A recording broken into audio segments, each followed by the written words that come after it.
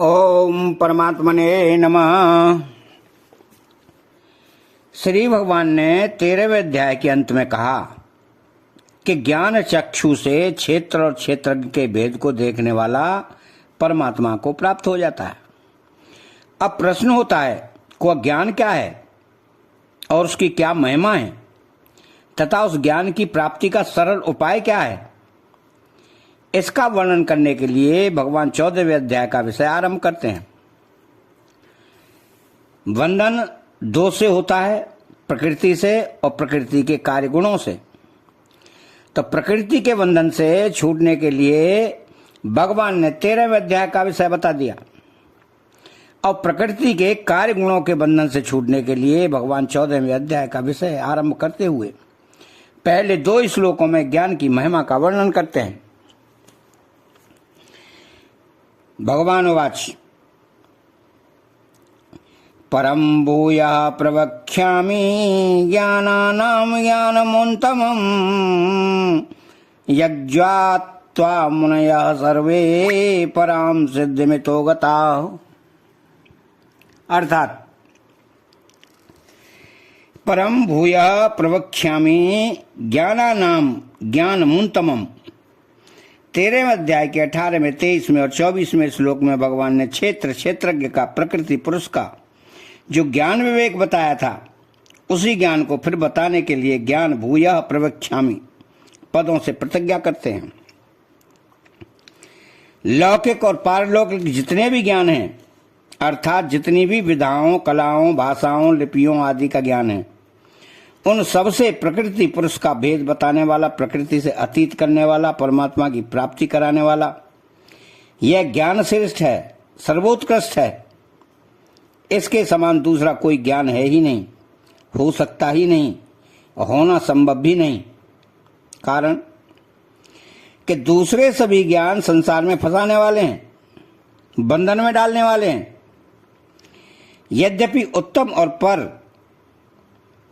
इन दोनों शब्दों का एक ही अर्थ होता है, अर्थात जहां एक अर्थ के 2 शब्द एक साथ आ जाते हैं वहां उनके 2 अर्थ होते हैं।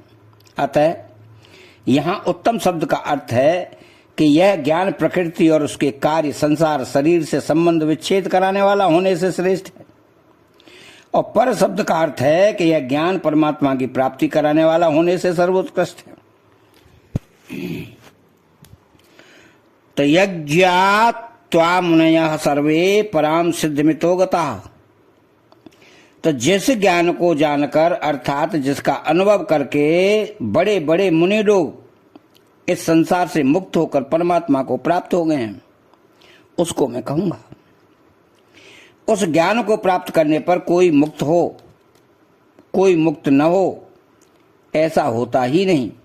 प्रत्युत इस ज्ञान को प्राप्त करने वाले सब के सब मुनि लोग मुक्त हो जाते हैं, संसार के बंधन से, संसार की परवस्था से छूट जाते हैं और परमात्मा को प्राप्त हो जाते हैं। तो तत्व का मनन करने वाले जिस मनुष्य का शरीर के साथ अपनापन नहीं रहा वह मुनि कहलाता है।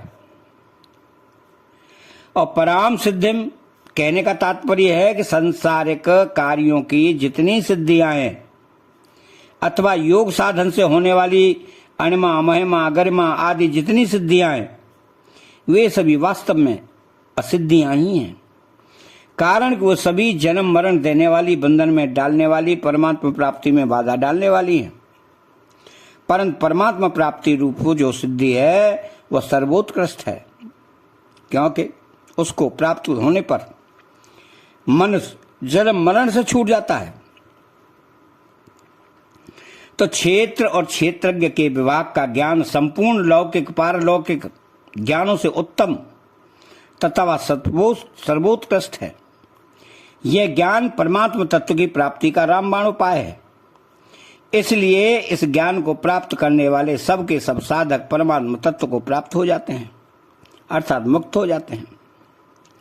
तो ज्ञानानाम ज्ञानमुत्तमम् पदों का तात्पर्य है कि सात्विक, राजस और तामस ज्ञान से तथा लौकिक पारलौकिक ज्ञान से ही उत्तम आखिरी ज्ञान इस ज्ञान के सिवाय दूसरा कोई ज्ञान परम सिद्धि प्राप्त नहीं करा सकता। एक परमात्मा तत्व के सिवाय कुछ भी नहीं है, ऐसा अनुभव हो जाना ही परम सिद्धि की प्राप्ति है। तो तात्पर्य है कि परम सिद्धि प्राप्त होने पर क्रिया तथा पदार्थ का अत्यंत अभाव हो जाता है और एक चिन्मय सत्ता के सिवाय कोई जड़ वस्तु रहती ही नहीं, जो वास्तव में है।